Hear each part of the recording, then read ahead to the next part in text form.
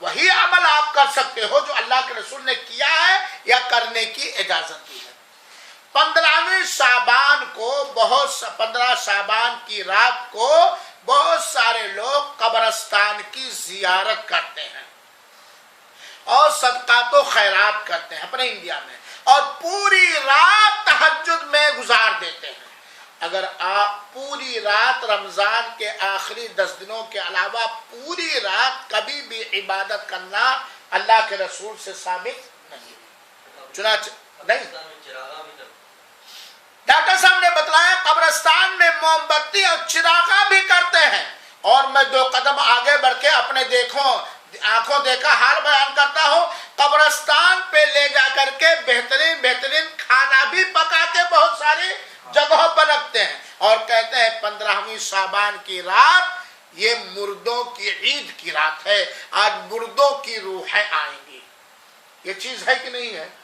روزہ رکھنا، پوری رات عبادت کرنا، کھانے پہ فاتحہ کرانا، پورے قبرستان کی زیارت کرنا اور صدقہ خیرات کرنا۔ اسی لیے چلے جاؤ شہروں کے اندر، قبرستان سے 10 کلومیٹر ہی سے فقیروں کی لائن لگی ہوئی ہوتی ہے کہ آج مسلمان صدقہ کریں گے، قبرستان کی زیارت کریں گے، قبر کا مجاور تو مست رہتا ہے، دچھنا آئے گا، موم بتی بیچنے والا بھی مست رہتا ہے، اور بہت ساری جگہوں پر تو بیوہ عورتیں میک اپ کر کے سوتی ہیں کہ آج ہمارے پتی کا شریک حیات کی روح آئے گی۔ چارپائی کے نیچے پانی اور کھانا رکھتے ہیں، اور اس سلسلے میں بہت ساری بکواس حدیث ہے جن کو حدیث کہنا بھی صحیح نہیں ہے، لیکن چونوں لوگوں کے یہاں مشہور ہے حدیث کے نام سے، اس لیے کہہ رہا ہوں بکواس، من گھڑت واقعات اور حدیثیں اور روایتیں، ضعیف اور موضوع روایتیں بھری پڑی۔ میرے بھائیوں، اگر اللہ کے رسول اکرم صلی اللہ علیہ وسلم نے خاص طور پر 15ویں شعبان کی رات کو تہجد پڑھا ہے، عبادت کی ہے اور صحیح حدیث سے ثابت ہے تو کریں گے، ورنہ نہیں۔ اللہ کے رسول تو ہمیشہ تہجد پڑھتے تھے کہ نہیں پڑھتے تھے؟ ہمیشہ، خالی 15ویں شعبان کو تہجد پڑھتے تھے؟ ہمیشہ پڑھتے تھے، ہمیشہ پڑھتے تھے، تو 15 ہمیشہ پڑھتے تھے تو 15ویں شعبان کو بھی پڑھیں گے۔ اللہ کے رسول اکرم تو ہمیشہ صدقہ خیرات کرتے تھے اور ہمیشہ صدقہ خیرات کرنے کا حکم بھی دیا ہے نا؟ ٹھیک ہے، ہمارے جیب میں دیکھا کوئی فقیر راستے میں 15 شعبان کو اٹھا کے دے دیا، کیونکہ ہم ہمیشہ دیتے رہتے، نہیں آج دیں گے۔ گھر سے بیگم سے اصغر صاحب کہیں ذرا جا رہا ہو بھائی کلّہ سے ممبرا، ذرا 10 روپے رکھ دو، آج 15ویں شعبان کی رات اور فقیروں کو صدقہ کرنے۔ یہ دن کیوں آپ نے خاص کیا؟ کہ اللہ کے رسول نے خاص کیا؟ اور اچھے پکوان بھی پکائے جاتے، پوری وغیرہ، کھانا وغیرہ، سب بارات اس کا نام دیا جاتا۔ میرے بھائیوں، یہ سارے بکواس کسی بھی صحیح حدیث سے ثابت نہیں، اللہ کی قسم کسی بھی صحیح حدیث سے یہ سارے بکواس ثابت نہیں۔ حضرت عائشہ کی جو روایت جس سے کچھ لوگ کہتے ہیں کہ اللہ کے رسول نے بقیع قبرستان کی زیارت کی تھی، پہلی بات تو محدثین نے اس حدیث کو ضعیف قرار دیا ہے، بے دلیل، یعنی اس سے دلیل پکڑنا صحیح نہیں، وقت نہ ورنہ پوری روایت میں بیان کرتے آپ کے سامنے بیان کرتا، لوگ تحقیق کریں۔ ٹھیک ہے، ہم مان لیں، آپ کی بات مان لیں حضرت جی کہ اللہ کے رسول اکرم، حضرت عائشہ کہتے ہیں اللہ کے رسول اکرم صلی اللہ علیہ وسلم نے 15ویں شعبان کی رات کو بقیع کی زیارت کی ہے۔ میں مولانا صاحب آپ سے پوچھنا چاہتا ہوں، مجھے تصفی بخش دلیل کے ساتھ جواب دیجئے، کیا اللہ کے رسول نے صرف 15ویں شعبان کو بقیع قبرستان کی زیارت کی ہے؟ کہ سال میں اور دن بھی جاتے تھے، سال میں اور دن بھی احد کی زیارت کرنے کے لیے، بقیع قبرستان کی زیارت کرنے کے لیے جاتے تھے کہ نہیں جاتے تھے؟ بلکہ ہمارے رسول اکرم صلی اللہ علیہ وسلم نے تو ہمیں قبرستان کی زیارت کرنے کا حکم دیا ہے، کیونکہ اس سے آخرت یاد آتی ہے۔ زندوں کے لیے اس میں کیا ہے؟ نصیحت کی آخرت یاد آئے گی۔ یہ نہیں ہے کہ اللہ کے رسول سے 15ویں شعبان ہی کو اللہ کے رسول نے، پہلی بات تو اللہ کے رسول اکرم صلی اللہ علیہ وسلم نے 15ویں شعبان کی رات کو خاص طور پر قبرستان کی زیارت کرنا یہ صحیح حدیثوں سے ثابت ہے۔ بہت سارے کہتے ہیں برات یعنی مردوں کے روحوں کی عید ہے، ہمارا یہ ایمان ہے اور سب کا یہ ایمان ہونا چاہیے۔ آدمی جب مر گیا تو اس کا تعلق برزخ کی زندگی سے ہو گیا، دنیا کے جتنے تعلق تعلقات اس کی زندگی میں تھے وہ سارے کے سارے ختم ہو گئے. اس کا معاملہ آخرت کی زندگی سے ہو گیا, قبر کی زندگی سے ہو گیا, برزخ کی زندگی سے ہو گیا. اور برزخ کی زندگی پانے والا نہ اس کا جسم دنیا کے اندر آ سکتا ہے, نہ اس کی روح دنیا کے اندر آ سکتی ہے. آ سکتی ہے عبدالرقیب صاحب؟ آپ بولو, کہیں دیکھا ہے؟ کہیں اگر کوئی, یہاں ایک بات یاد رکھیے, اگر کسی قبر سے مردہ اٹھ کر کے آ جائے, کسی قبر سے ہاتھ نکل آئے, کسی میت کو ایک دم اصلی شکل میں آپ دیکھ رہے ہو کہ میرے پاس کھڑا ہوا ہے, قبر پہ آپ گئے, قبر سے آپ سے کوئی بات کر رہا ہے, آپ کے سوالوں کا جواب دے رہا, یقین کر لو یہ شیطان ہے. یہ شیطان آپ کو دھوکہ دے رہا ہے, یقین کر لو. قبر پہ آپ گئے, ہاتھ نکل آیا, قبر پہ آپ گئے, کسی کے بھی قبر پہ گئے, آپ کہیں السلام علیکم ورحمۃ اللہ وبرکاتہ, اندر سے آواز آ رہی ہے وعلیکم السلام ورحمۃ اللہ وبرکاتہ, کہیے بیٹے کیا حال ہے, میں بڑے آرام میں ہوں. آپ گئے, اچانک لاش پوری نکل آئی, ایک دم وہی لاش جو آپ نے دفن کیا تھا 100 سال کے بعد, 10 سال کے بعد, 20 سال کے بعد.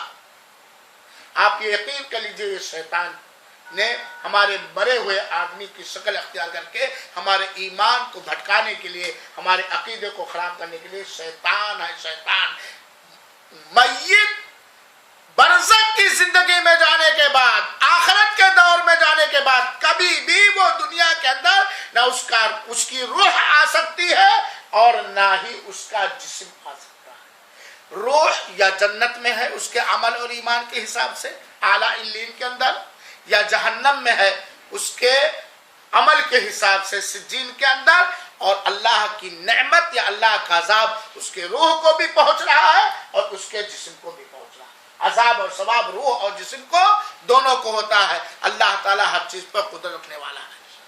اگر ایسی بات ہوتی کہ مردے آتے, برزخ کی زندگی میں جانے والا آتا, تو ہمارے عثمان رضی اللہ تعالیٰ عنہ کو اللہ کے رسول اکرم صلی اللہ علیہ وسلم کے قبر سے زیادہ یعنی 10 قدم پر ان کا گھر تھا. بلوائیوں نے حضرت عثمان کو بڑے ظالمانہ انداز سے قرآن کی تلاوت کرتے ہوئے قتل کر دیا تھا. اللہ کے رسول مدد کے لیے نہ آ جاتے, قریب ہی میں تھے, آ جاتے کہ نہیں آ جاتے؟ اللہ کے رسول اکرم صلی اللہ علیہ وسلم کا بھی لاش پڑی ہوئی ہے, لاش مبارک, اور خلیفہ کون بنے اختلاف ہو رہا. 3 دن ہو گیا ابھی دفن نہیں کیا گیا ہے, لگ بھگ 2.5 دن ہو گیا ابھی دفن نہیں کیا گیا. اللہ کے رسول کہیں نہیں وہاں سے پکارے, اے ابو بکر عمر کیا جا رہے ہو, جاؤ ابو بکر کو خلیفہ بنا لو. کتنے بڑے بڑے فتنے ہوئے, کتنے بڑے بڑے فتنے ہوئے. اللہ کے رسول کہیں اٹھ کر کے قبر سے آئے؟ ہاں, اللہ کے رسول کی شکل و صورت شیطان نہیں اپنا سکتا, باقی سارے لوگوں کی شکل و صورت اور آواز شیطان اپنا سکتا ہے. تو یہ مردوں کی روحیں کیسی ہیں, مردوں کی روحیں کیسی ہیں؟ نوجوان بوڑھے سارے کے سارے پورے 15ویں شعبان کی رات کو تہجد پڑھتے ہیں, رومال باندھ کے, ٹوپی لگا کے, مسجد میں سب کے سب پہنچ جاتے ہیں.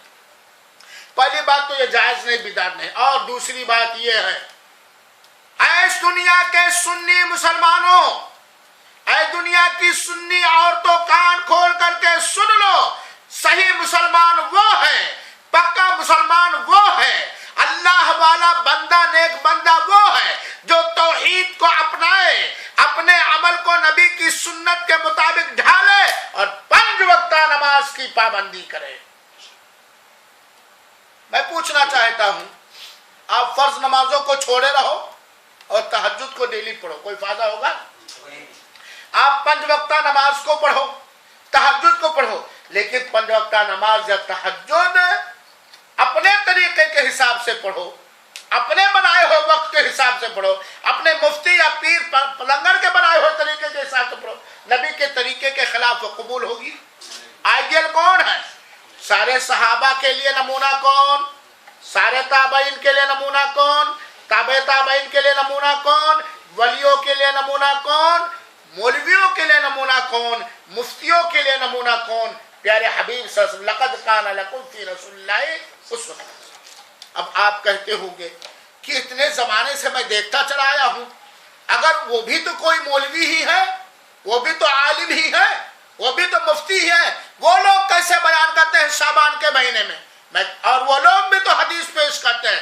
میں چیلنج کے ساتھ کہتا ہوں، کوئی مائی کا لال ایک صحیح حدیث ان بدعتوں کے ثبوت میں نہیں پیش کر سکتا ہے، لیکن وہ کیا ہے؟ ضعیف ہے، دلیل پکڑنے کے لائق نہیں ہے یا من گڑھت ہے۔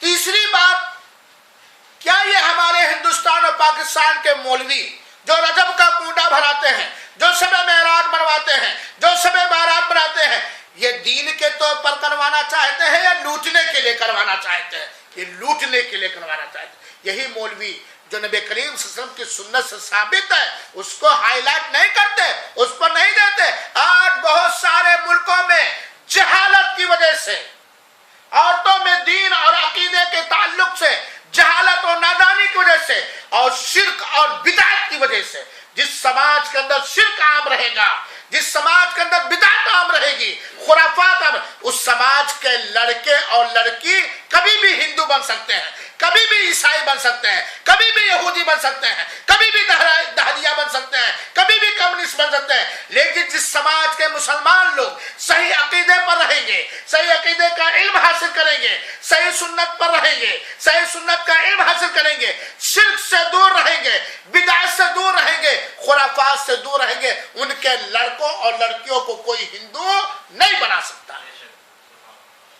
ان کے لڑکوں اور لڑکیوں کو کوئی ہندو نہیں بنا سکتا ہے، کوئی شیعہ کے دین پر نہیں چلا سکتا ہے، کوئی ہندوتا کے دین پر نہیں چلا سکتا ہے، کوئی کرسچن نہیں بنا سکتا۔ لیکن جب ہمارے اندر شرک پایا جائے گا، شرکیہ امور پائے جائیں گے، شرکیہ عقیدہ پایا جائے گا، بدعت پائی جائے گی، بدعتی امور پائے جائیں گے، رجب کے کنڈے منانے والوں، 15 شعبان شب بارات منانے والوں، عید میلاد النبی منانے والوں، 12 رمضان منانے والے لوگوں، ذرا اللہ کے رسول اکرم صلی اللہ علیہ وسلم کو اپنے لیے آئیڈیل اور نمونہ بناؤ۔ کیا صحیح حدیث سے جو کچھ بھی تم کر رہے ہو یا کروا رہے ہو کیا اللہ کے رسول سے ثابت ہے؟